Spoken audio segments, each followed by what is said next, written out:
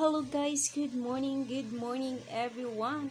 It's 5 a.m. in the morning and we're going to cook an Eggah.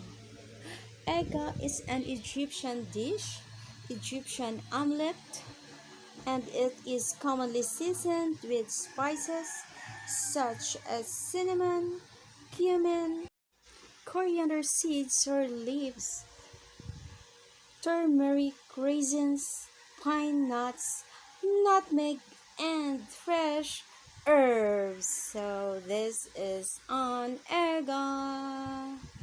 It is also known as a frittata in Arab cuisine. So this is my Eggah.